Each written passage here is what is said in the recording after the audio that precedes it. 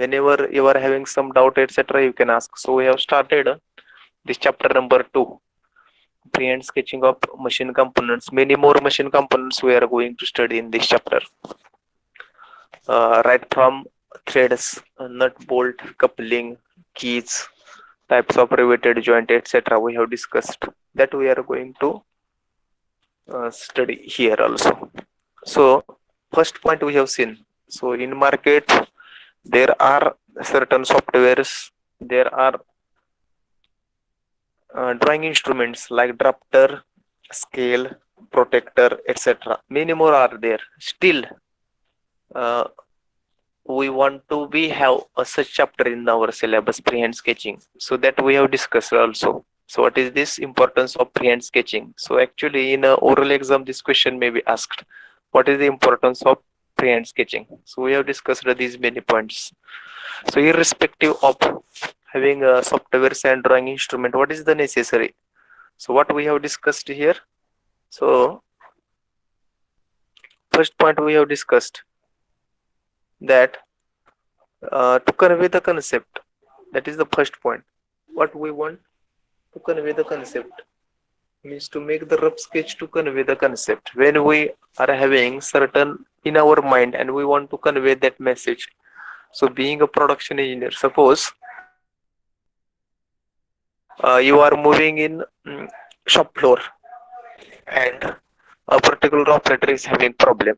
So at that place, you should be able to solve that problem on the spot immediately by drawing the freehand sketching. So also we have discussed whenever there is more complex drawing, whenever there is more complex drawing, and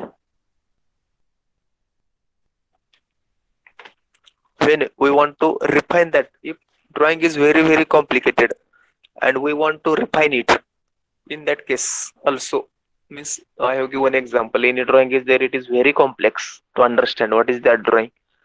So such drawing till now we have not seen anything, but it may be there. If it is there, it will be very difficult.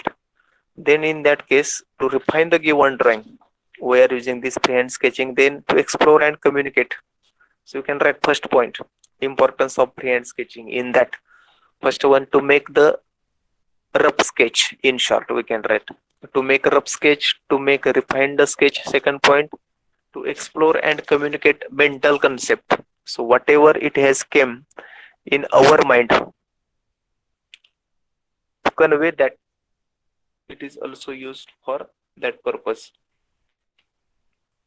to convey the concept. Then we can write to explore and communicate mental concept. Freehand sketching is quickly translate the image, quickly draw the drawing. That is also one of the importance of this freehand sketching. Suppose we want to draw a particular drawing quickly, then also it is used to draw that drawing. Then freehand sketches are much more useful because they are informal, quickly and easily changed. We can change easily.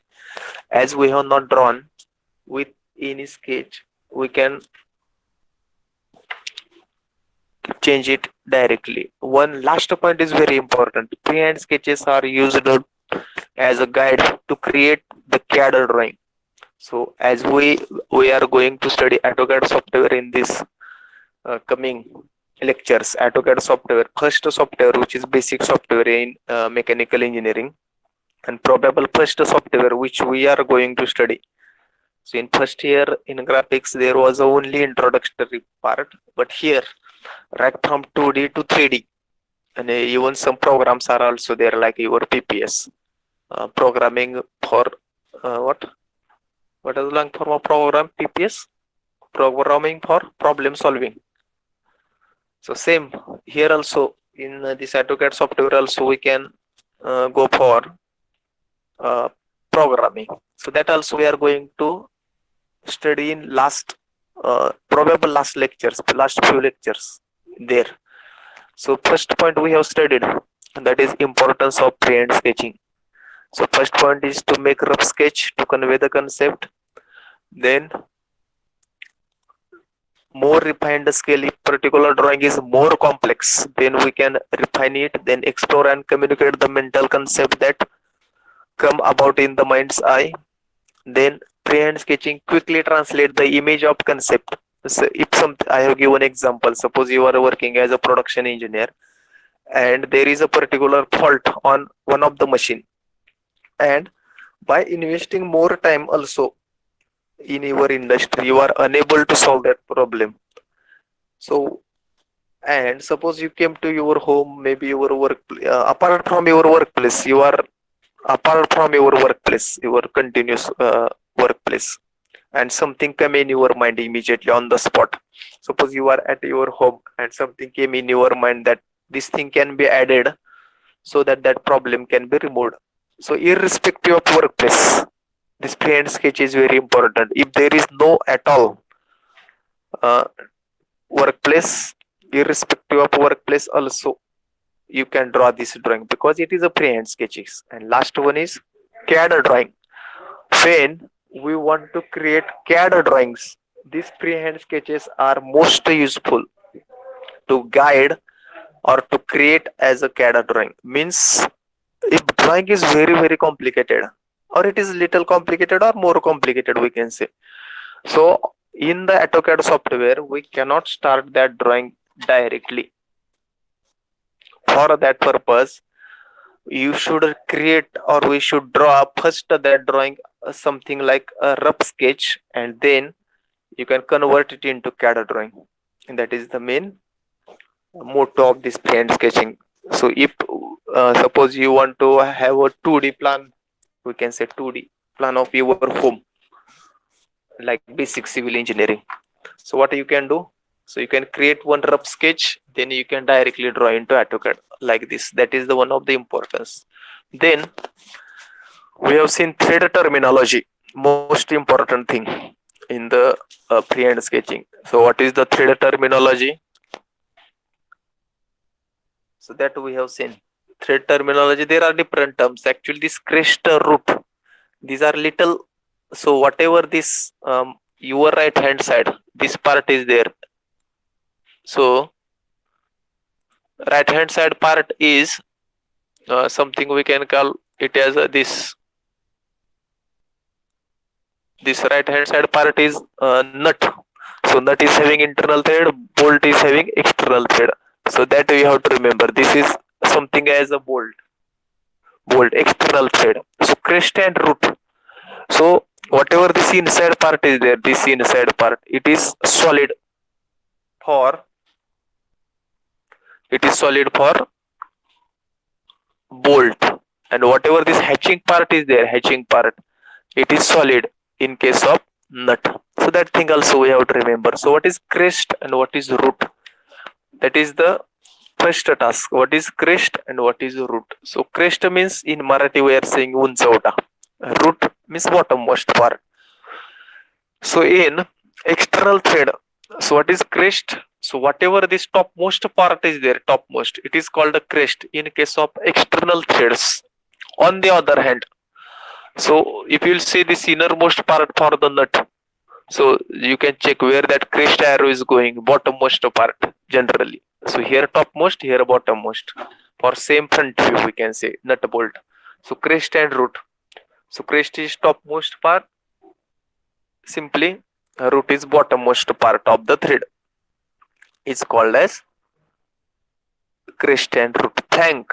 So what is this flank? So if flank means surface, you can see if particular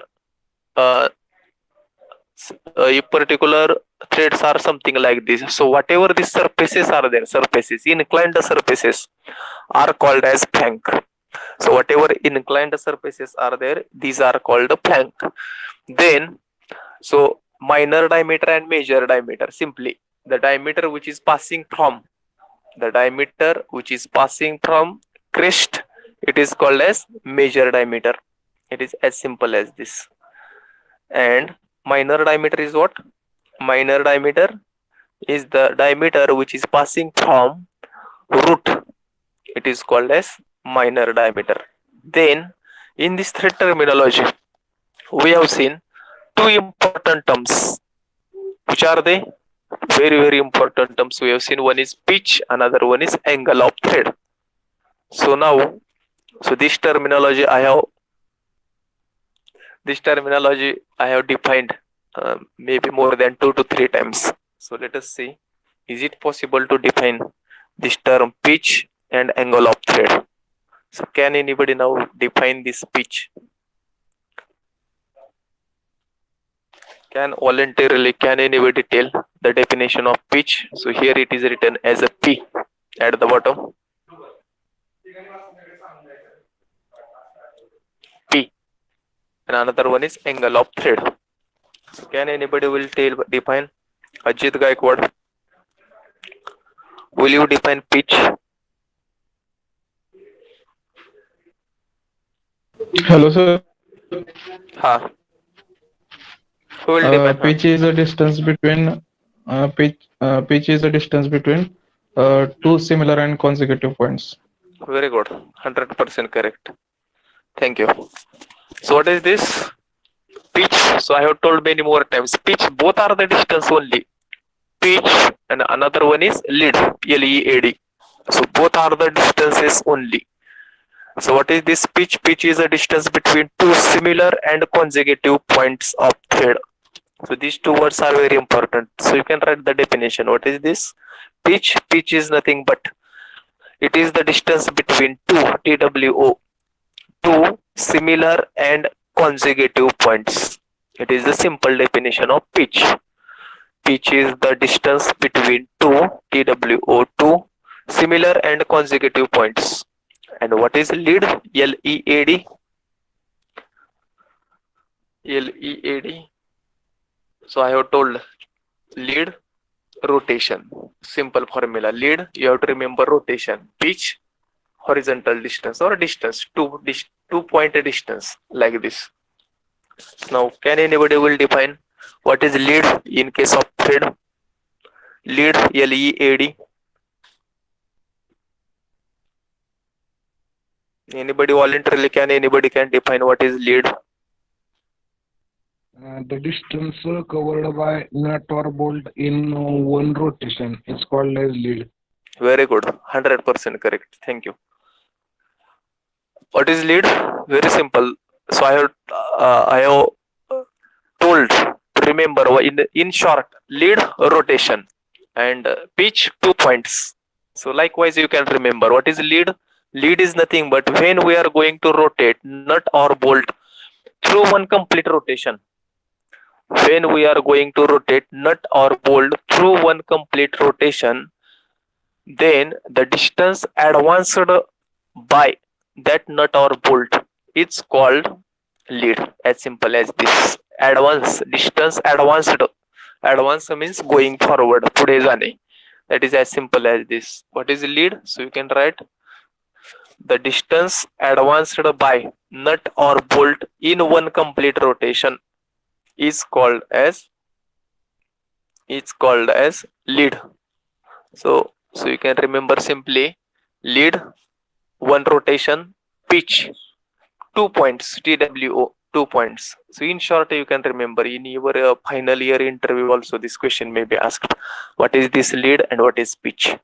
So as far as threads are concerned, it is very, very important. Pitch, 2 points, TWO. 2 points you have to remember. Which are the 2 points? Similar and consecutive. And what is lead? One rotation.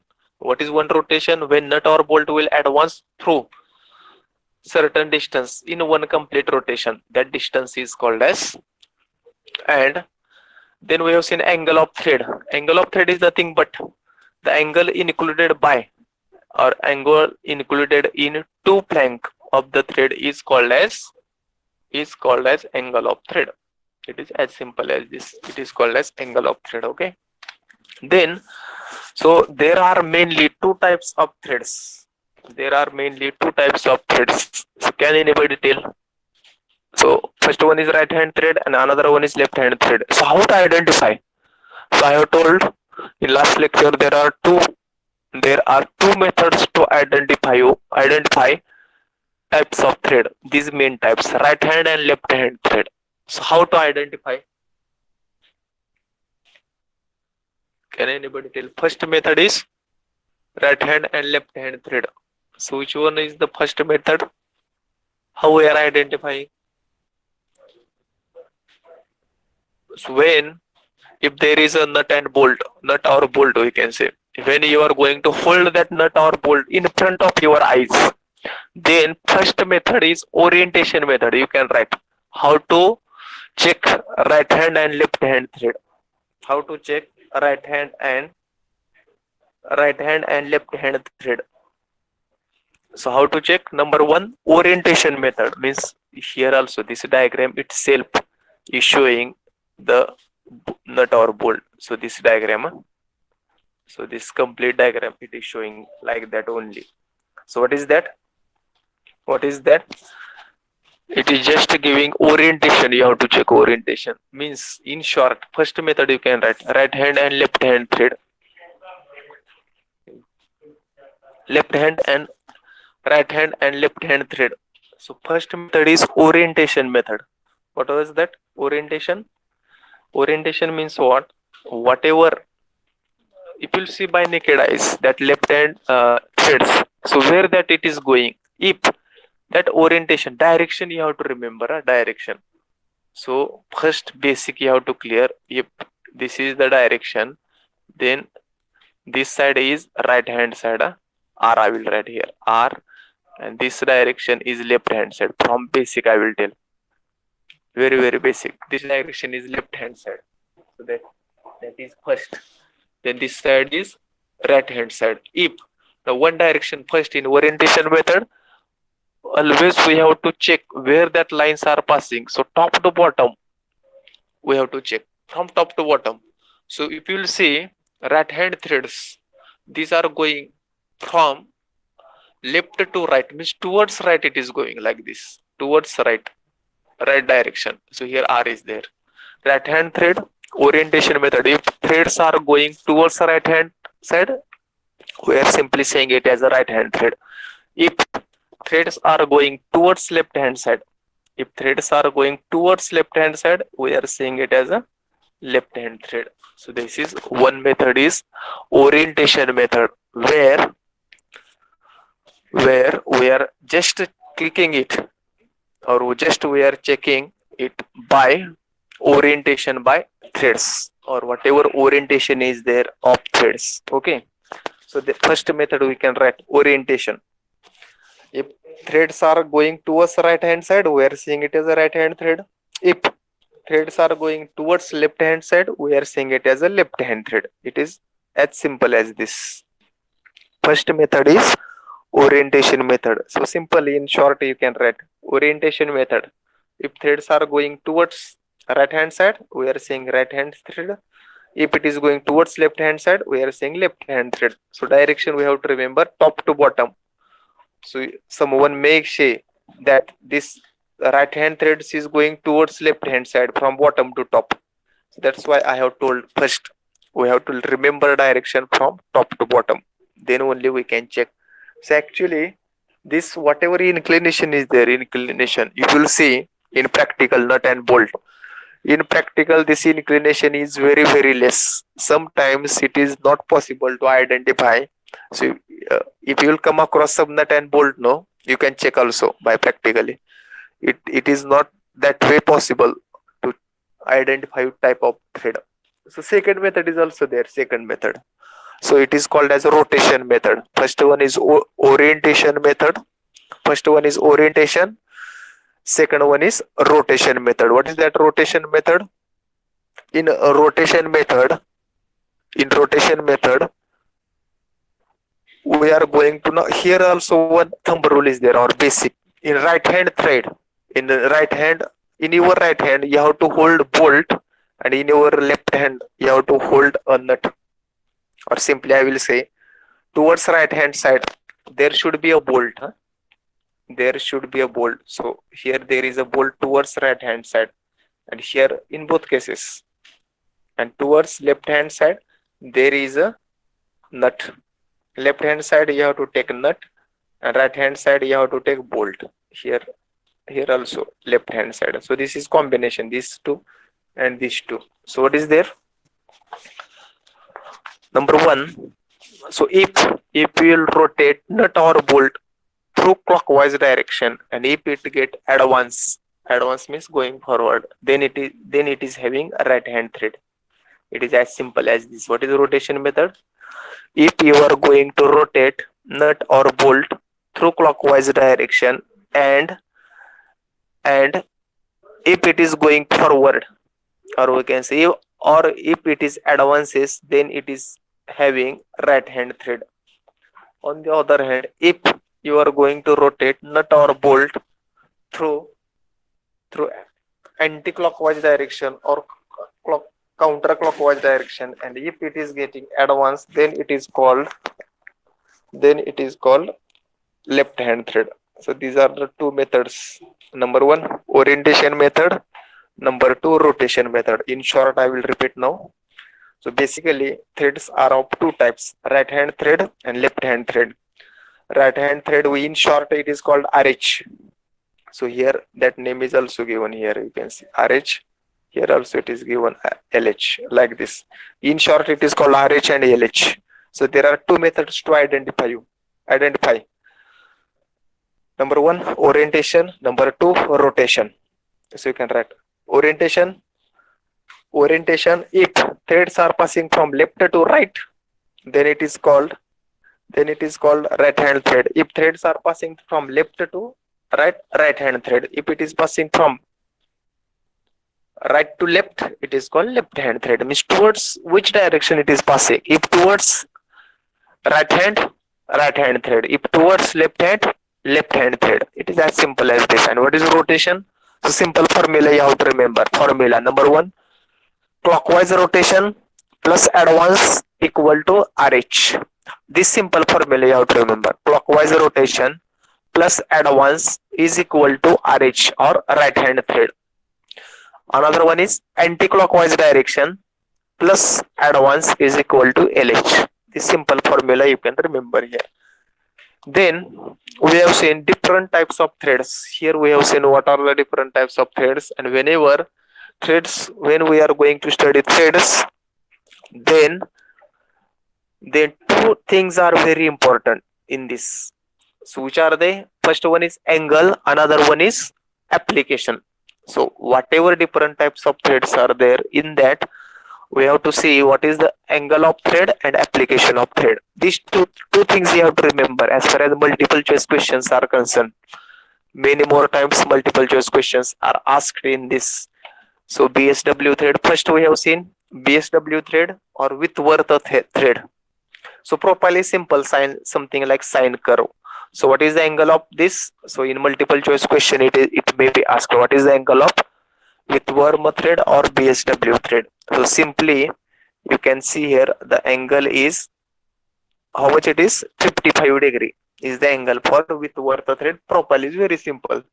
Then here application, can anybody tell? We have discussed this also in last lecture. What is this with worth thread application? Anybody is remembering? Whenever we are assembling such parts with worm thread, what is the Leak proof. Leak proof. leak proof is the application. Very good. So in boilers etc. Very good. So leak proof is the application of this thread.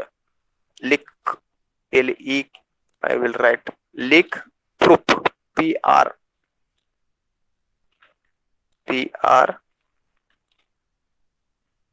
double F, sorry, PROFF, like this. Leak proof is the application. Next one is Acme thread, or it is also called as ACME thread. So here also angle is directly shown here. You can see angle is 29 degree. Angle is 29 degree. What is the application of this ACME thread? What we have seen? Anybody? Angle of ACME thread. So I have told when the college will start, there is one component in workshop where we can see what is that. So what is the application? Very good. Bench voice is the application of ACME thread. Bench voice, where we are doing. So for spelling, I will try to write a bench. Bench voice is the application of VICE, not VOICE. VOICE means our voice. Bench wise spelling is something like this. Huh? I will just try to write bench wise. Bench wise is the application of a method. So what is that bench wise? There is one component, actually it is a mechanical component which is used to clamp or hold that particular component while filing operation, that you in first year you might have gone for that filing operation. So some of you might be knowing in our workshop also such bench voices are there where you can go for filing operation. So simply, so this, if you open university question paper, you will come to know that many more times this question was asked, what is the angle and what is its application. So bench voice is the application. Then square threads. So what is the angle? So angle is not shown here. So what is the angle? If you'll see two profiles of this thread, these are parallel to each other. These two profiles parallel in the sense these are perpendicular to the axis, but profiles are parallel to each other. So what will be the angle between two parallel lines? It is always 0. So in square threads, thread angle is 0. So actually it is not shown here. We cannot show here. If I will show something like this perpendicular symbol. So this perpendicular symbol will indicate uh, perpendicularity of that profile with the axis. But here this thread angle is 0. Thread angle, or in case of square thread, thread angle is 0. And what is the application of, we have seen? Jack. Hmm? Screw Jack. jack. Correct, screw jack. When we want to change the wheel of one of the vehicle or big vehicles, we can say, when we want to change that, we are using this square threads. Actually, we are using square threads in that. Just we are using for that purpose. Whenever there is, so whatever slippage problem is there, slippage, SLIP, SLIP. This slip in Marathi we are saying घसरणे. This slip will be avoided. The slippage problem. So I will write slippage simply. I will try to write slippage. This slippage problem is minimized in this case. That's why it is called square thread. Then V threads. It is also called as sharp thread. It is also called as a metric thread. V thread, sharp thread, or metric thread. What is the angle? It is showing 60 degree. You can write short in short 60 degree. And what is the application of this V threads? I have told V threads. Can anybody is remembering what is the application of V threads, or we can say sharp threads or metric thread? Sir, nut bolt. Very good. So whatever in our practical we are using nut and bolt. All types of nut bolts are having such types of threads. It is called as V threads. Okay. Then buttress thread. So it is a little modification of square thread. So actually in this case, what is this? What is this buttress thread actually? Buttress threads are nothing but one of the profile is perpendicular to the axis. One of the profile is perpendicular to the axis, and one of the profile is at 45 degree. Okay, so it is used for one directional power transmission. When we want to transfer power in one direction, in that case such type of threads are used. So angle is 45 degree. Application is one direction power transmission, knuckle thread. So again here, by looking to the diagram only, we can remember what is the angle of knuckle thread. So these types of threads are having angle as 30 degree. And what is the application of this knuckle threads? What we have seen or what we have discussed for knuckle thread?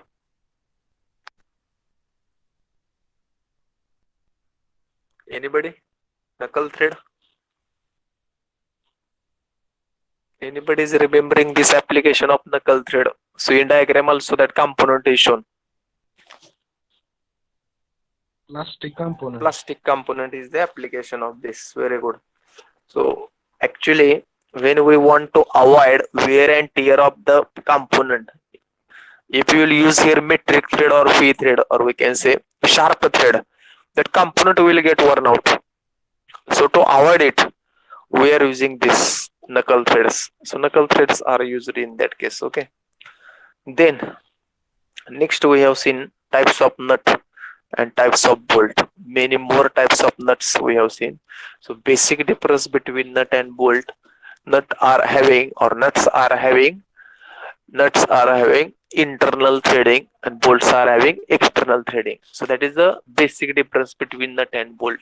So as far as this is, we should know this basic thing. We should know nut internal threading, bolt external threading. But as far as symbol is concerned, so what is this nut and bolt? So two symbol I will draw. So that simple sentence I have told how to remember. Simple. So nut, in case of nut, as nut are having internal threading, internal circle complete, like this you have to draw. Nuts are having internal threads, internal circle complete, and external will be incomplete. So whatever external circle, so something like this. I will just try like this. So whatever external circle will come, it will be incomplete. So nut is having internal threading, internal circle complete, and bolts are having external threading, external circle is complete. It is as simple as this, you have to remember. So if you will see, so like this, suppose external bolts are having external threads, external circle complete, and internal will be incomplete. So something like this, just I have tried to draw. So first will be, it will come for nut, okay, nut, and another one is for bolt.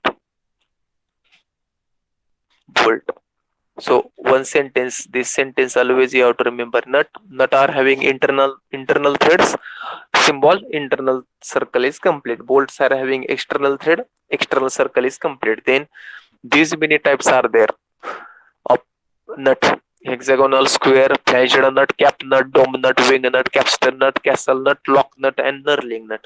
So we have seen this also. So hexagonal nut we have seen.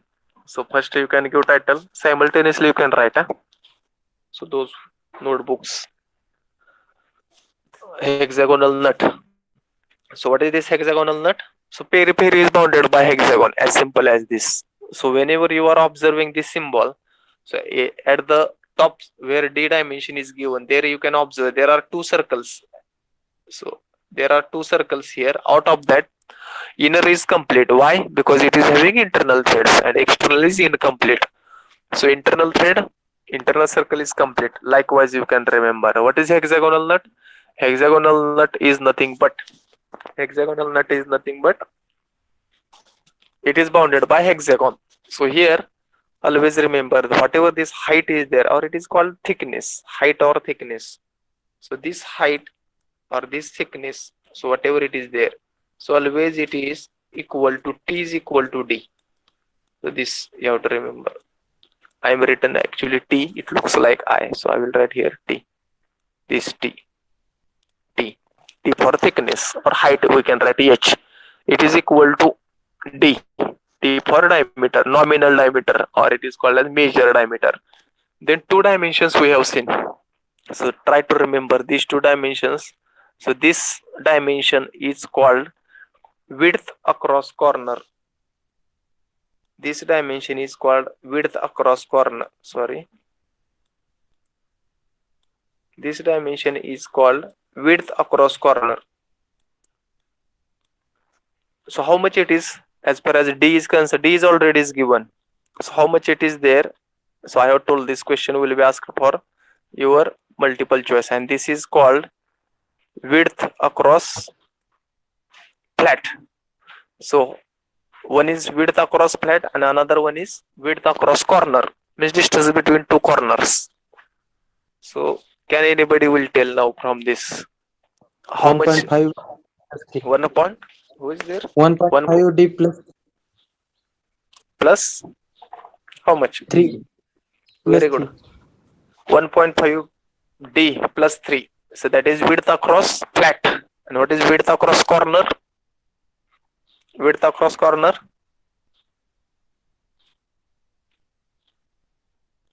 How much it is width across corner? 2D. Very good. 2D. It is equal to 2D. And this is equal to 1.5D plus 3. That we have discussed many times. Then square nut same is here also. What is the difference between actually hexagonal nut and square nut? Only hexagonal nut is bounded by hexagonal periphery, and this square nut is bounded by square. We can say simply same is application. So whatever thickness is here, actually in this diagram it is shown. This D you can remember here. D. What was I was telling? D is equal to D. Same is applicable here also. So thickness or height of this nut is equal to nominal diameter, and both the terms are now same. Both. So if I will ask whether this will be width across corner or width across flat. So whatever dimension I am trying to give, what will be this? Width across corner or width across flat? Anyone? Whatever distance I have given, so whether it will be width across corner or width across flat. Is it the distance between two corners or two flats? FLAT. Anybody can tell now.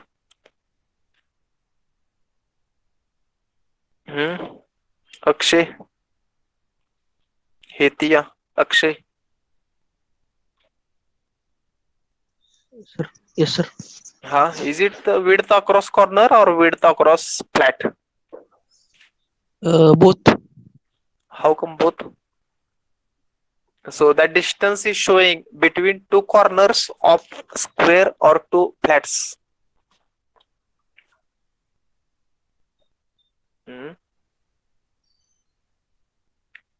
One more distance I will give here, something like this. Is it the distance between corners or flats? So whatever first I have given, it is distance between corners, two corners, distance between two corners. So Suhas has given comment corners. So it is correct, two corners. So it will be 2D, like our hexagonal, like this. It will be 2D, and whatever this inclined it is there, W it is shown here. See, W it will be 1.5D plus 3. It will be 1.5 plus 1.5D plus 3. Same is here. So whatever here 2D, same is here like this 2D. Then we have seen flanged nut. Can anyone will explain from our group what is flanged nut? Let us revise. We are revising the concept. We have studied this. Next title you can give as a flanged nut. Flanged nut. Right hand side it is shown. What is this flanged nut?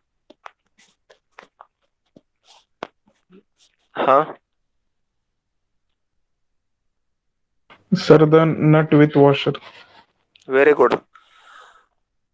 A nut with washer is called a flanged nut, or that washer, or we can say flange. Flange, this term you might have heard many more times. This flange or something like washer. If there is a one nut with its washer, it is called as flanged nut. So what will be the use? It will avoid use of washer.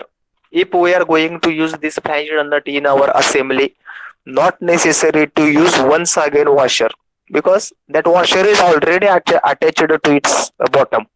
Not necessary to use. So purpose of washer I have told. What was the purpose of washer? To decrease the stress. Very good. To decrease the stress. Sigma is equal to, many more times I have told this. Sigma is equal to P by A. In mom, what formula you are using, just check. Sigma is equal to P by A. If that contact area A is going to increase, automatically sigma will decrease. So stress on component will be decreased. A will get increased, sigma will decrease. So what is the purpose of washer? First and most important purpose is to decrease the stress on the component, and number second is increase the contact area. That is the another one is. So simply, as rightly mentioned, what is flanged nut? Flanged nut is nothing but the nut with washer. At its bottom, washer is attached. Dome nut and cap nut something are same. This dome nut and another one is cap nut. These are something are like this. What is dome nut and what is cap nut? So when we don't want the end of bolt should come outside the nut. See, listen carefully what I am telling. When we don't want the end of a bolt should come outside the nut, then these dome nuts are used. What is this? Only that topmost structure is different. Only topmost structure. This structure is the change only, nothing else. Only this structure is something different. Otherwise, another all things are same. Cap nut and dome nut. Only that. So here you can observing in a 2D figure. The dome shape is given something like whatever it is given. Dome shape and another one is cap. Something like we can say U, inverted U shape. So cap nut and dome nut. Okay. So what is the purpose of dome nut and cap nut? When we don't want end of bolt should come outside the nut. So what is the necessary of this? Whenever some machine parts are always in rotation or rotating position, when there are certain parts which are always in a rotating position, then to avoid the injury to the operator, such type of dome nuts or cap nuts are used, in which we don't want end of bolt should come outside the nut. Then another one is wing nut. So what is wing nut? Suppose in practical oral exam, this question is asked, what is wing nut? So simply there are two projections. Projection means vinsauta, we can say. Something like ears, we can say. Human ears or any ears. These two projections are there on the nut. Projections. So what is this wing nut? There are two projections on the nut. Is called wing nut. And what is the purpose of this wing nut?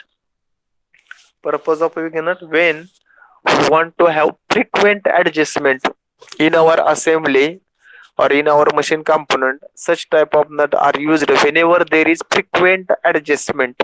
So this word you have to remember in case of wing nut. Wing nuts are used when there is a frequent adjustment. Such projections are provided on the nut. What it will do? Wing nut, what it will do? It will avoid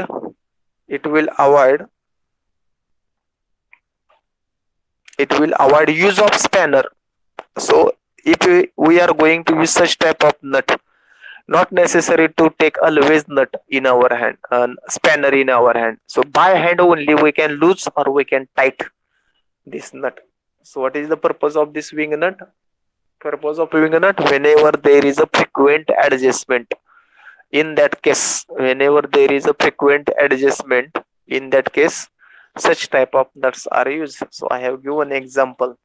Maybe in our stove, whenever we are putting kerosene at that place, such similar nut is used. Okay. Next one is capstan nut. Are you remembering purpose of capstan nut? Can anybody is remembering purpose of capstan nut?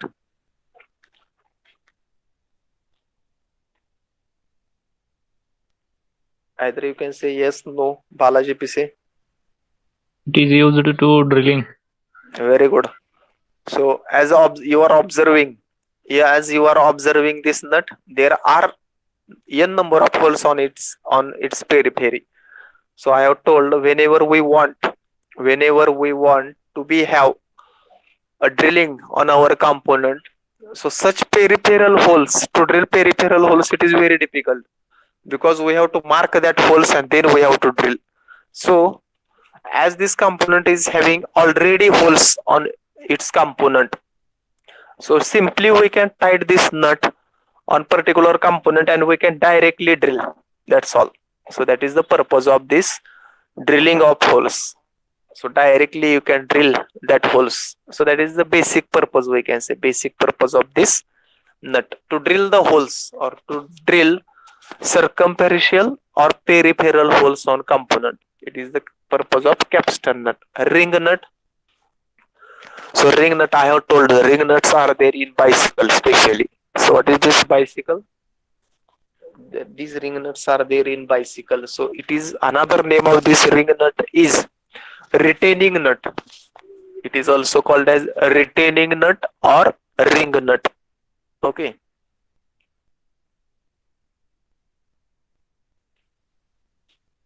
So in bicycle, to hold the components on its position, to hold or to retain the component on its position is called ring nut. So it is having certain slots. You can observe such slots are there for this. Here there is one slot, here another slot. So here we simple spanner we cannot use, here special C spanner we have to use to fix the nut. So different slots are there. So that C spanner I have told how it is to fix that. So okay, ring nut, castle nut. Castle, the pronunciation is castle, not castle. Castle nut, lock nut. These two nuts, this castle nut and lock nut, we have to remember this. When this lock nut and these castle nuts are used whenever there are vibrations on the component. When particular components are having vibrations, lot of vibrations, or it is continuously, either it is in rotating or translatory, whatever. So whenever component is accepting many more, we can say vibrations, in that case this nut should not get loose due to vibration. That is our purpose. So to avoid loosening of nut, that nut should not get loose. To avoid loosening of nut due to vibration, in that case these castle nuts are used, and in that castle nut split pin is used. Split pin is used to avoid the loosening. So one of the change in this diagram I have told in top view, that outermost circle is complete instead of innermost. Outermost circle is complete instead of innermost. And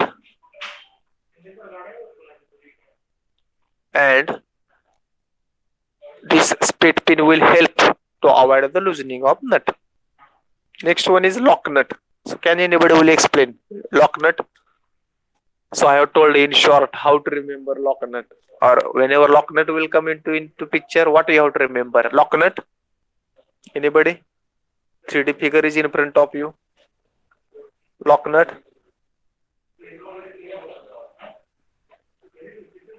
Can anybody explain?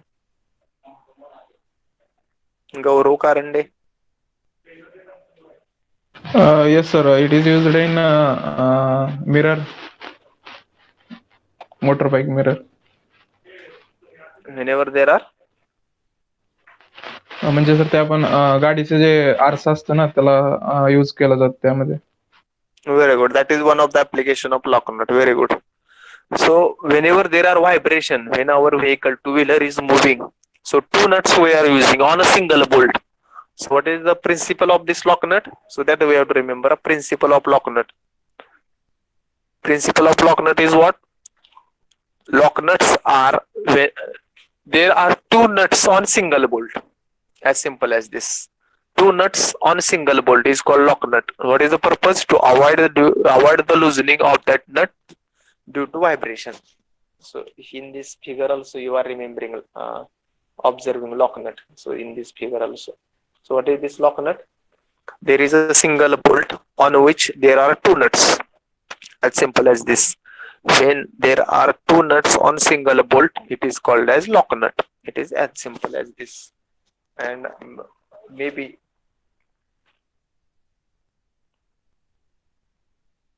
whatever wheels are there, wheels of, we can say truck, buses, etc.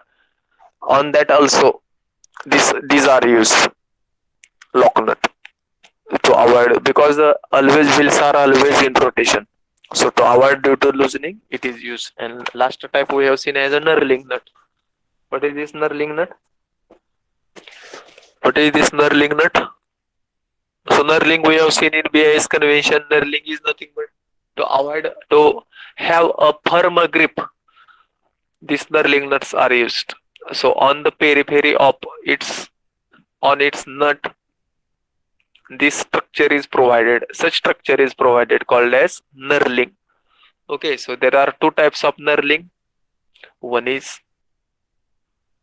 diamond knurling, another one is straight knurling. Straight.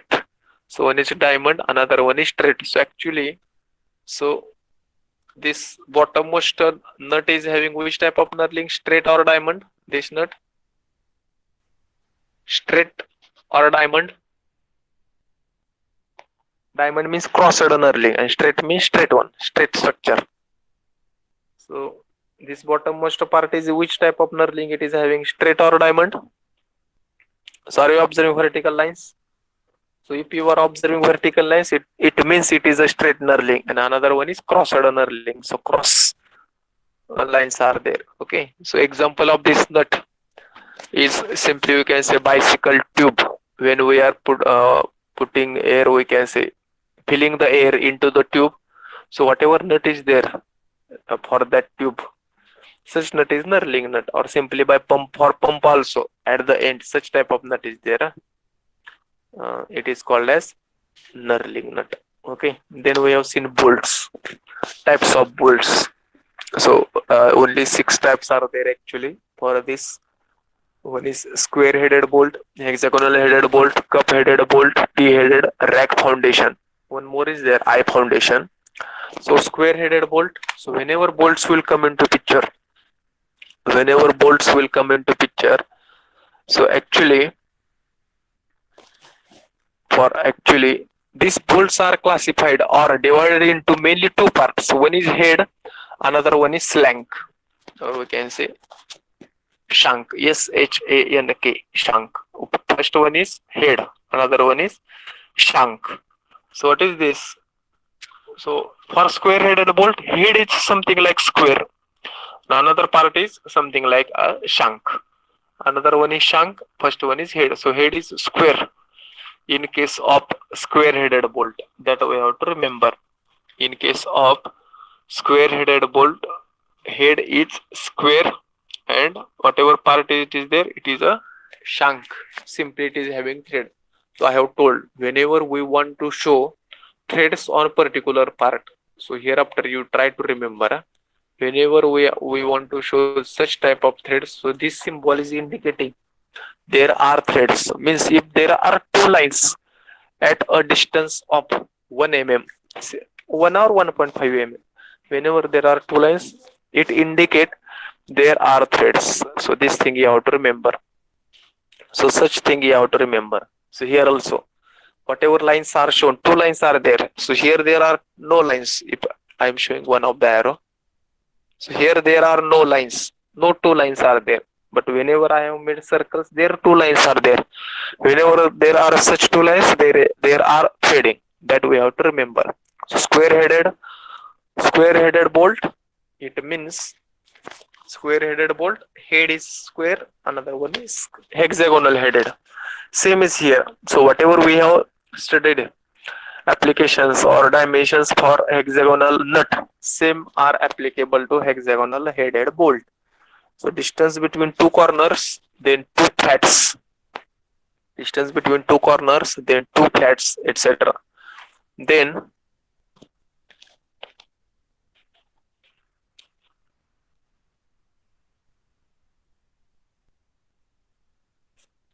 this 2D and 1.5D. So this distance will become 1.5D, 1.5D plus 3.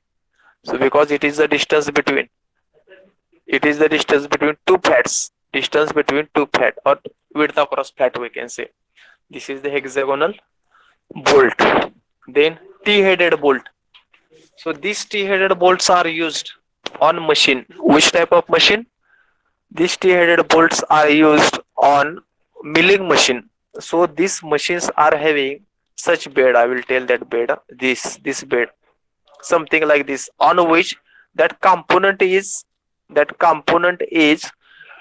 hold, for which now if this actually bed is shown in 3D, so if you see its front view from this direction, if you see front view from this direction, in graphics you have seen, if you see this from front direction, so one arrow I have drawn, so if you see from this, you will come to know that its front view is something like this. Its front view will come something like this. Just check, is it possible to see? Maybe like this, like this. Means T will be there, T, like this. I think you are not observing. So like this inverted T are there, inverted. So simply we can, so meanwhile you can remember these T-headed bolts are used on milling machine along with T slots only. This much you can remember. Then cup-headed bolt. What is the application of cup-headed bolt? Cup-headed bolts are used whenever there is lack of space or we don't want head of bolt should come above the surface. In that case, such cup-headed bolts are used we don't want when we don't want head of bolt should come above the surface. Then in that case, such cup-headed bolts are used. Okay. Next, another one is rack foundation bolt. Another one is rack foundation bolt. So this rack foundation and I foundation both are foundation bolt. So as the name is indicating foundation bolt, these bolts are used. These bolts are used to fix the machine with their foundation. It is as simple as this. What is this rack foundation bolt? These are the rack foundation bolts which are used to fix machines with their foundation. Only working principle is different on this. So for rack foundation bolt, so again in this I have told, so whatever this diagram is shown, it is actually bolt. But whatever this 2D diagram is there, 2D. So in this 2D diagram, in this whole 2D diagram, it is an assembly actually. Concrete is shown, bolt is shown, nut is shown, washer is shown. Again, this machine part is also shown. So this is the assembly actually. So how that particular machine will be fixed with their foundation. These all things are shown over there. So it is called as a rack foundation bolt. Then another one is I foundation bolt. It is called I foundation bolt. I foundation bolt only. So it is this bolt is having, so what is working principle actually in this case, rack foundation bolt, it is having serrations on its edges so that it will not come out of the foundation easily. It is having serrations. It is this I foundation bolt is having I, that you can remember. So here there is I, we can say there is I, so that it will not come outside the foundation easily. And so here inside we can observe one of the cross rod is used. In case of this, one of the cross rod is used. So if you will see both this bolt, half part is same for this half part, which is that half part is same. So top half part is same. I will make one square. So this much part is same to both. Whatever part will come above the earth level, it is same for this bolt also and for this bolt also. For this also, for rack foundation bolt as well as I foundation bolt, for both the cases, this topmost part is same. Only at the bottom structure is different. In rack foundation bolt,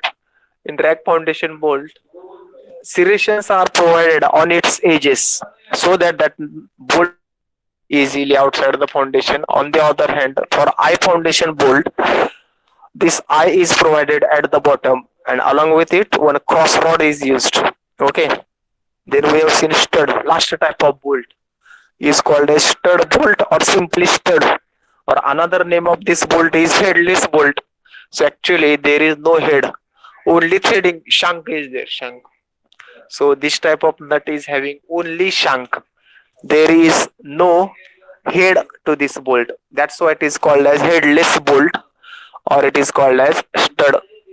Okay. What is the name of this? Simply stud, or simply we can say headless bolt. So there is no head for this bolt. Okay. And washer, as we have discussed already, what is the purpose of washer? To increase contact area. To increase contact area. To increase the contact area between two components, and another purpose is to tight fitting, we can say tightly fitting of machine components for that purpose also. So sigma is equal to P by, to increase contact area. That is the one purpose, to increase the contact area. These washers are used, and another one is for tight fitting. That is the another one we have seen. Okay, washers we have seen. Then types of rivets. So actually, types of rivets are not that much important. Types of rivets, because that is just for our information. So as we discussed earlier, what is this? Welding joint, nut bolt joint, and riveting joint. These three types we have seen. Whenever we want to join two components, or so basic difference between nut bolt joint, welding joint, and riveting joint is what we have to remember. Which one is permanent and which one is temporary? Likewise, we have to remember. So nut bolt arrangement is temporary. We can disassemble it. We can disassemble. We can say we can disassemble simply nut bolt. But riveting joint and welding, many more times you might have seen welding of two components, etc. What is welding joint and what is welding? Welding is a permanent joint. Similarly, riveting also is a permanent joint. So riveting and welding permanent joint, nut bolt is temporary. That we have to remember. So types of rivets, simple we can remember. It will not be asked in the exam. But for our information, snap head, depending upon head. Here also you can remember. This bottommost part is same. So shank is same, we can say. This whole shank is same for all the rivets. Only topmost part is different. Only head is different. Shank is same. Only head is different. In all cases, only head is different. Okay.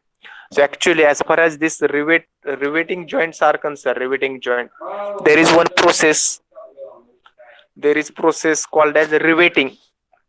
So what is that riveting? So I will show a little here. Try to show. So what is this? It is used to join two plates. Maybe like this. There is one plate. Then there is another plate is something like this. Suppose plate 2. Sorry. Plate 1 and plate 2. Just I have overlapped. So what can be done? So here these plates can be placed like this. One rivet will be like this. One rivet will be maybe like this. One rivet will be placed. What will be done actually, from whatever shank is there, shank part which is came outside the another plate, this shank will be converted into head. This shank will be converted into head like this, so that it will form something structure like this head. Another side means both side it will have head after riveting. This operation is called as riveting operation. So once again I will tell here. So there is one plate simple like this. Then another plate is something like this. Two plates are there like this. Okay, here I will write 2. Here there is 1. Plate 1 and plate 2. What is done? What I actually done? So first rivet is placed.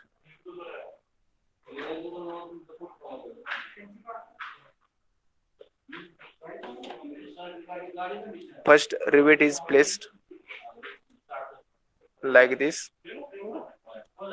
Then here it will be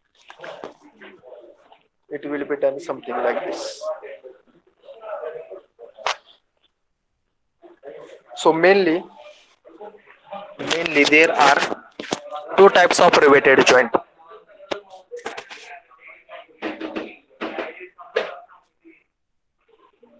Mainly there are two types of riveted joint. So as far as types of riveted joints are concerned, there are two types. One is lap, another one is butt joint. So, so what we have discussed in this types of riveted joint, what does it mean by lap? Can anybody remember last time I have discussed this or told? Lap and butt. So mainly these types of, there are two types of riveted joint. One is lap joint, another one is butt joint. So what is lap joint? Lap means overlap. When two plates are overlapping each other, so you can see here, so different types are there for lap joint: single riveted lap joint, double riveted lap joint, double riveted zigzag. So what we can remember very basic from this, lap joint means what? When two plates are overlapped each other, it is called lap joint. What is this butt joint? When two plates are kept in front of each other, then it is called as butt joint. So likewise also you can remember what is butt joint, what is lap joint. So in lap joint, two plates are, so here we have this, this is the first type of lap joint where two plates are kept in front of each other. So what is this? Single riveted lap joint. So two plates, as it is a type of lap joint, two plates are overlapping each other. What is the meaning of single riveted? Single riveted, meaning of single riveted is what? There is only single row of rivet in each plate. This is very important. What does it mean by single riveted? There is a single row of rivet in each plate. So in top view, you are observing there is one row of rivet only. Okay. Why? Because this row of rivet is common to both, as plates are overlapping to each other. Okay. As the plates are overlapping to each other, this row of rivet is common to both. Single riveted lap joint. Then double riveted lap joint. What does it mean by double riveted lap joint? So as it is a type of lap joint, plates are overlapped each other. So two plates are overlapping to each other. Number one, what does it mean by double riveted? Double riveted means what? There are two rows of rivets in each plate. So here also in top view, you are observing two rows of rivets in each plate. As plates are overlapping to each other, that row of rivet is common to both. And last type of lap joint is what? Double riveted zigzag. Zigzag means alternate, or we can say Z shape. Double riveted zigzag lap joint. So first you have to check, is it the type of butt joint or lap joint? So this is the type of lap joint. Lap means plates are overlapping to each other. So here you can see here and here, these two plates are overlapping to each other. And zigzag means alternate. So here you can see alternate between two rivets. There is another third rivet like this. Between these two rivets, there is another rivet like this. Alternate rivets are placed alternatively. That's why it is called a zigzag. And what does it mean by double riveted? Double riveted, it means there are two rows, TWO, two rows of rivets in each plate. So in top view, you are observing two rows of rivets which are alternate. That's why it is called as double riveted zigzag lap joint. Then second type of riveted joint is butt joint. BUTT. Butt means in front of each other. So two plates are placed in front of each other. So if you will see first type of a single riveted single strap. So if suppose there are two plates, something like this, one plate and another is something like this. Here I will first one, and here another plate. So this is another. If I will write here 2, here 1. So two plates are kept in front of each other. I want to join it by riveting operation. So how it is possible? Just I have placed two plates in front of each other. Just I have placed two plates in front of each other, but I want to join these two plates. So in lap joint, what we were doing? Just we were placing that plates overlapping to each other. So there is no question. If you will go for directly riveting, plates are joining. So in butt joint, two plates are just we are keeping in front of each other. So directly it is not possible to use directly not possible to join. So third plate we have to use third. It is called strap or cover plate to join these two plates. So like this, third plate we have to use. Then you can go for riveting, etc. Then you can use a riveting operation to join these two plates. It is called the third plate is called as strap. So here it is called as strap. Here you are observing this strap, or it is also called as cover. Okay. Single riveted single strap butt joint.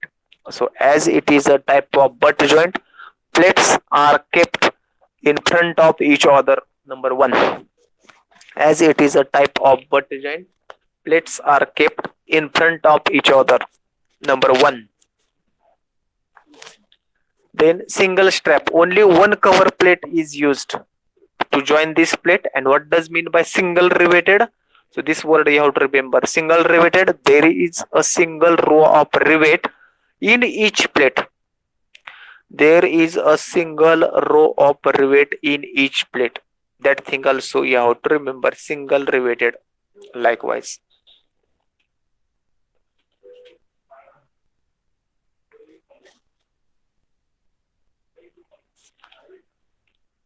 So what is the basic difference between, if you will ask a question here, what is the basic difference between this single riveted butt joint and single riveted lap joint? So this also we have discussed actually. Sorry. Single riveted lap joint. In top view, you are observing only one row of rivet. Single riveted lap joint. Only one row of rivet is there in top view. What is there in single riveted butt joint? There are two rows of rivets. So simple answer for this question is why it is so. Because in lap joint, plates are overlapping. So whatever row of rivets are there, these are common. In lap joint, rows of rivets are common. In butt joint, these are not common. Different for different, because plates are placed in front of each other. That is the simple reason. Okay. Here also same we can write see single riveted double strap butt joint. Single riveted double strap butt joint.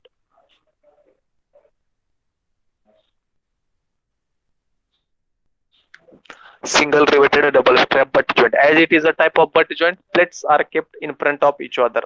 As it is a type of butt joint, plates are kept in front of each other. Then strap means cover. Strap means cover. And what does mean by single riveted? What does it mean by single riveted?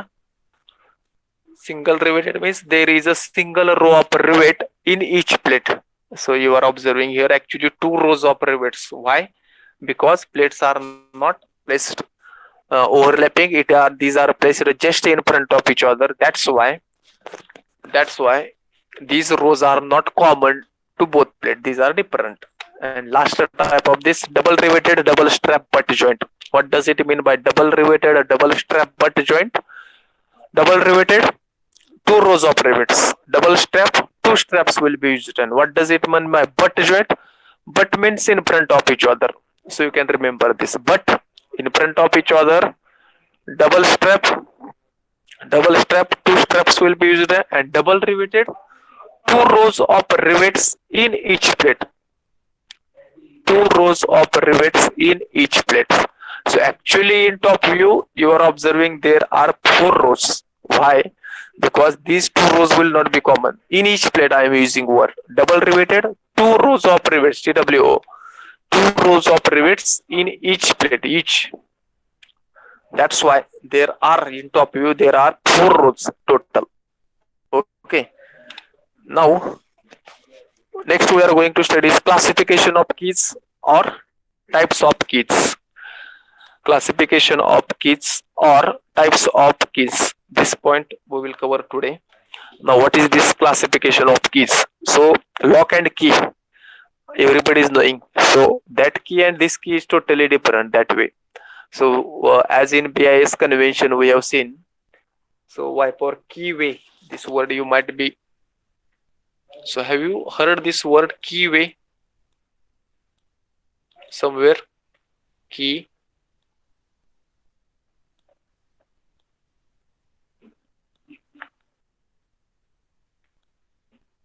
Keyway.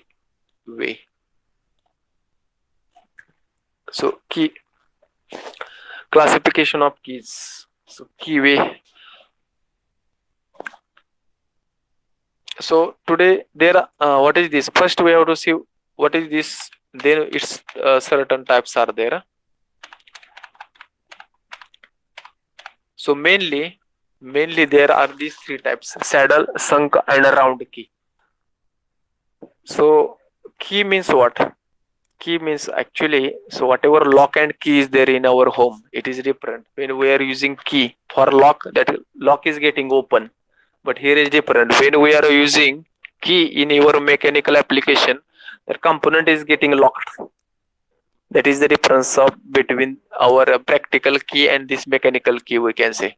So when we want to uh, mount gear, pulleys, etc. on shaft, gear or pulleys on shaft, one keyway is provided. Keyway in Marathi we are saying it as a chavigala slot. One slot is providing.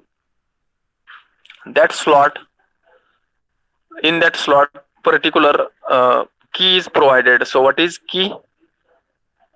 So key is a mechanical element.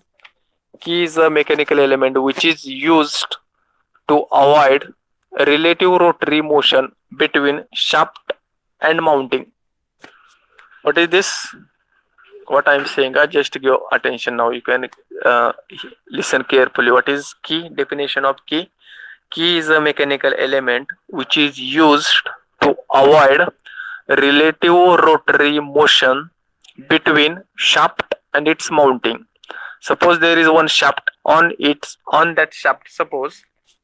Uh, suppose gear is mounted. So whenever there is a lot of load, what is relative rotary motion or relative motion? So in applied mechanics, this term you might have heard many times. What is relative motion? So can anybody tell what does it mean by relative motion? Relative.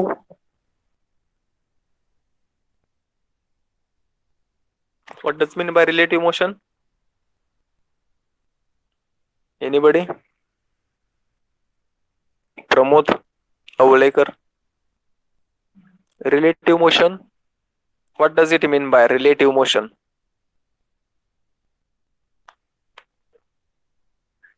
Applied mechanics. Relative motion. Dikshad Mile.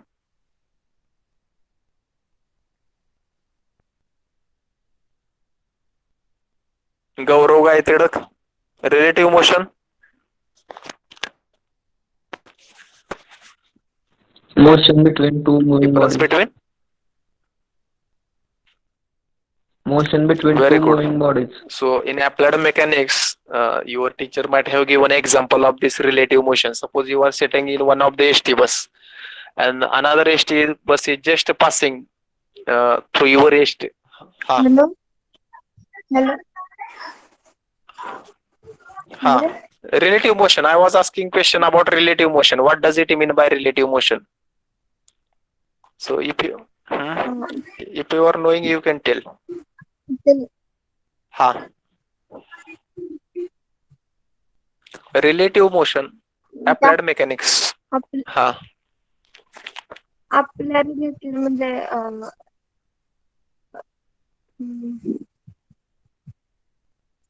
Ha. You can try. Ha.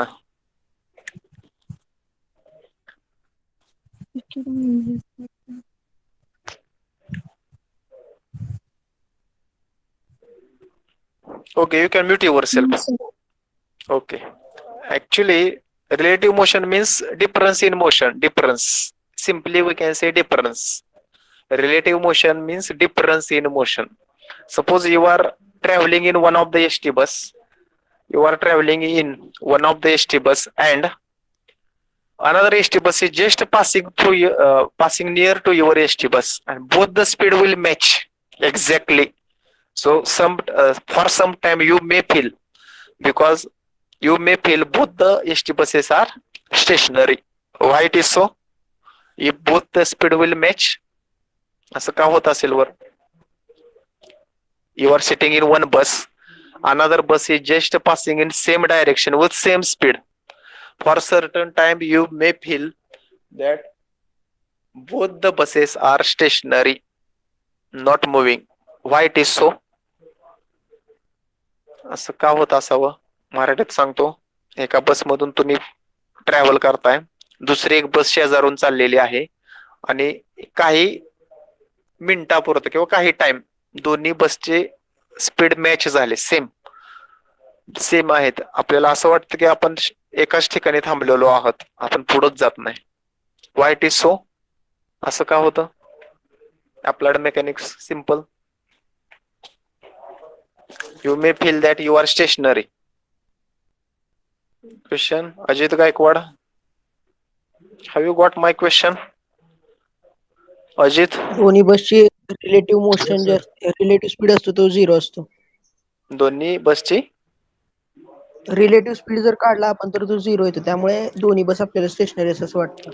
very good. That is the importance of relative motion. Difference is zero. If both the buses are traveling with same speed, that relative motion is zero. That's why for some time you may feel that both you are stationary, you are not moving in bus. Why? Because due to the stationary. Why? Because due to relative motion. The answer is the relative motion.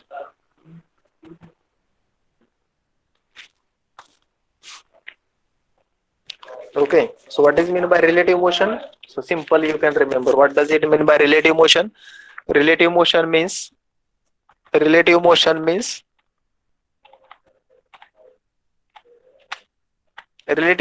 difference in motion. So in what sense we are using this difference in motion? So definition of key, you have to remember. Definition of key. Key is a mechanical element. Key is a mechanical element which is used to avoid relative rotary motion between shaft and its mounting. Means we can mount on shaft. What can be the different mountings? One is gear, another one is pulley, etc. So to avoid the relative rotary motion, means shaft and gear, if particular gear is mounted on particular one of the shaft, both should rotate with same speed to avoid the relative rotary motion. So what is, when both will rotate with same speed, we can say relative rotary motion is zero. So to avoid it, these keys are used to avoid the relative rotary motion. Means whatever speed that shaft will rotate, that mounting will also should rotate with same speed. That is the purpose of this keys. Okay, that is the purpose of keys. Then there are three types of keys. Immediately we will complete this: saddle, sunk, and round. Main three types are there. So can anybody heard this word? What does it mean by saddle? Saddle. Anybody has heard this word in dictionary? Saddle. कुणाला माहिती आहे का सॅडलचं meaning काय? What does it mean by saddle? If you can say yes, no. Abhijit Rajput. Abhijit.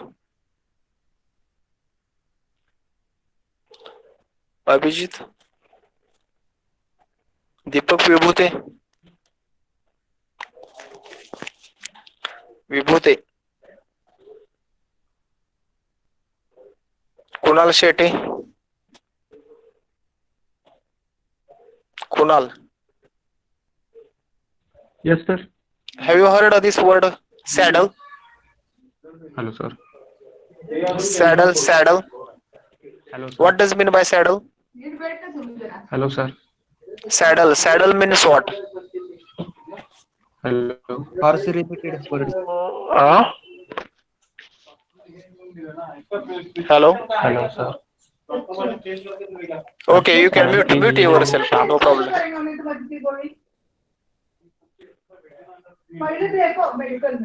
Saddle key is used Okay. in shaft. Okay. You can mute. So what does it mean by keys? Sorry, saddle means what? Whenever there is a horse riding, whatever that seat is used for sitting purpose on the horse, we can say that seat is called as saddle. Remember. So actually, there is no meaning of this. That meaning is not that very important. So what is this key? This type of keys are just placed on the shaft. That is the meaning. Saddle keys, these are just kept on the shaft. That is the meaning of these keys. And what does it mean by sunk? Sunk means interpenetrated. These keys are interpenetrated into the shaft. These are called sunk keys. And round key, these are depending upon shape. Its shape is round. That's why it is called as round key. It is as simple as this. So what is saddle key? Just kept on the shaft. These are not interpenetrated into the shaft. So you can observe. Okay, so this diagram you have to observe what. So here your key concept will get clear. What does it mean by key? There is one round shaft. There is one round shaft on which there is a key. So round flat key. Why it is called flat key? Because its bottom is flat. Its bottom is flat. That's why it is called as flat key. Okay.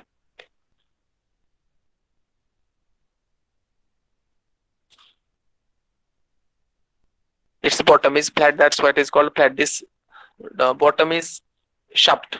This is shaft and this is key. So actually here gear is not shown. So here one flange is shown. Flange, we can say here flange. So mounting is flange. So what are the different types of mounting? One is gear, another one is pulleys, another one is flanges. So actually this is flange. Here flange is shown. So different flange.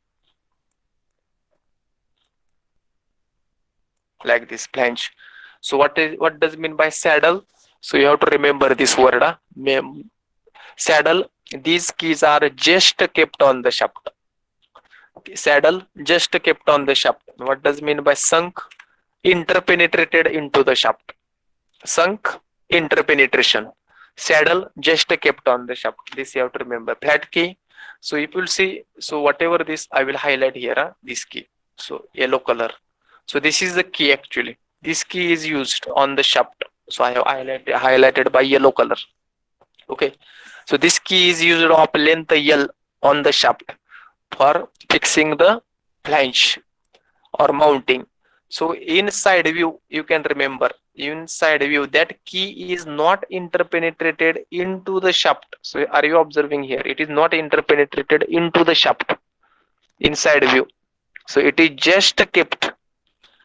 It is just kept on the shaft. And why it is called flat saddle key? Because its shape is bottom shape is flat one. Then a round shape. So here also same. Hollow saddle key. Saddle means what? Just kept on the shaft. Saddle means just kept on the shaft. These keys are just kept on the shaft and its bottom is hollow, something like concave shape.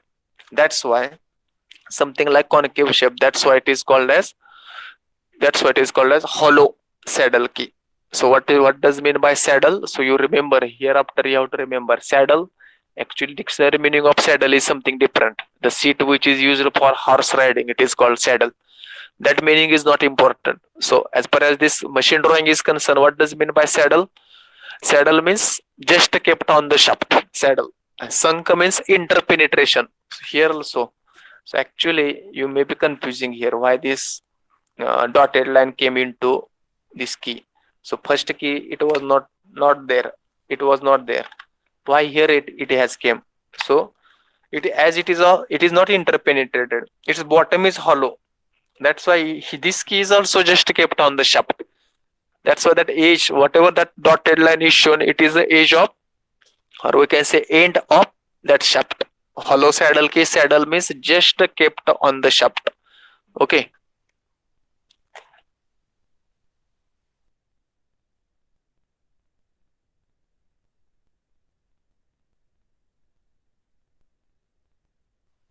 Then hollow saddle key, then sunk key. Sunk means interpenetration. You have to remember what does it mean by sunk. Sunk means interpenetration.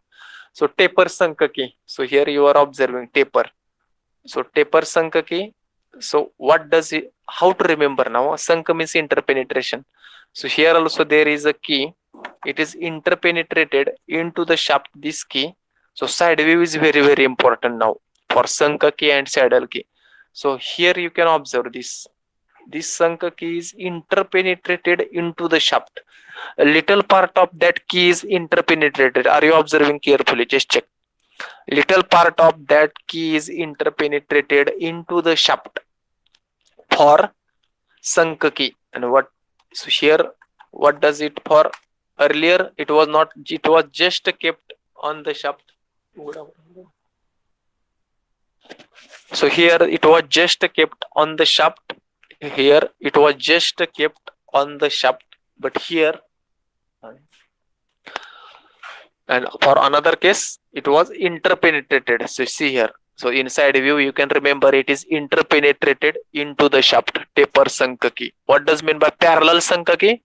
So here top and bottom is parallel, that's why it is parallel. But as it is a type of sunk means interpenetration. It is interpenetrated into the shaft. That shaft is having the shaft is having slot. Interpenetration, this penetration, it is interpenetrated into the shaft.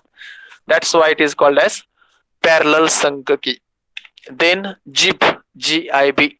So whatever this jib headed key, it is a type of again sunk key. So here in actual one of the field, one of the, here there is one shaft, yellow color, then here key. How it is used, you can see carefully how it is used. Okay, jib headed key, G-I-B. So what does it mean by jib? G-I-B. So this part is called as jib, G-I-B. When we want to remove the key from the assembly, we can pull the key by holding this part. It is called as the jib headed key, as it is a type of sunk key. Sunk key means interpenetration into the shaft. So again you can remember, so it is interpenetrated into the shaft. So again you can remember it is just interpenetrated into the shaft. Then woodruff key, it is half circle key, woodruff key, or it is called as adjustable key. So here also in 3D it is shown how it is. Here also in 3D it is shown how it is. So it is also interpenetrated into the shaft. It is called as woodruff key, or it is called as adjustable key. And third type of key is round key. And there are again two types, or we can say simple one type, no problem. Parallel key, round key. Parallel or taper, shape is same. Either it will be parallel or tapered. So both shape is shown. First one is tapered round key, and another one is parallel. So there is no question, we can say. It is also a type of sunk key, but as a type, it is a round shape, it is called as a round key. Okay. Or it is also simply called as a pin also. So it is also penetrated into the shaft. So if you will observe, so this yellow color slot is there, into it this key will be placed into that. This key will be placed. Again here you are observing this circular key. It is a part of shaft. It is placed into the shaft. You can remember this key is placed into the shaft. Okay. It is called as a round key. Likewise. So let us quickly, I will revise. So what we have studied as far as keys are concerned. What is keys? What does mean by key? Key is a mechanical element. Key is a mechanical element which is used to avoid relative rotary motion between shaft and mounting. It is a mechanical element which is used to avoid relative rotary motion between shaft and its mounting. It is called as keys. So relative rotary motion, RRM, relative rotary motion. This is very important word in this key. To avoid RRM, relative rotary motion. So there are three types. So saddle, sunk, and round. What does mean by saddle? So Dictionary meaning of saddle is something different. Dictionary meaning is what? Saddle is a seat which is used for horse riding. So that is different. That is not important for us. Saddle means what? It is just kept on the shaft. In machine drawing, what does it mean by saddle? Just kept on the shaft. What does mean by sunk? Sunk means penetrated into the shaft. Sunk. And round, it is depending upon shape. It doesn't matter. Saddle key, again there are two types, flat and hollow saddle key. Flat, why it is called flat? Bottom is flat and it is just kept side view. You can see side view. It is not coming into the that round shape shaft. It is just kept on the shaft. Flat saddle key, hollow saddle key. Then hollow saddle key, why it is called hollow? Because its bottom is concave. It is just kept on the shaft. That's why it is called as hollow saddle key. Then taper sunk key. Sunk means interpenetration. Sunk means interpenetration. It is penetrated into the shaft. Taper sunk key. Then parallel sunk key. Jib headed key. What does it mean by jib? It is a projection on the key or part of the key which is used to pull out from the assembly. It is called as jib headed key. Woodruff key. It is simply Woodruff key. It is nothing but a semicircular key. Woodruff key. And this round key is nothing but simply it is a type of, simply it is a depending upon shape it is used. Okay, so this much part actually we will do, we will stop for today's lecture.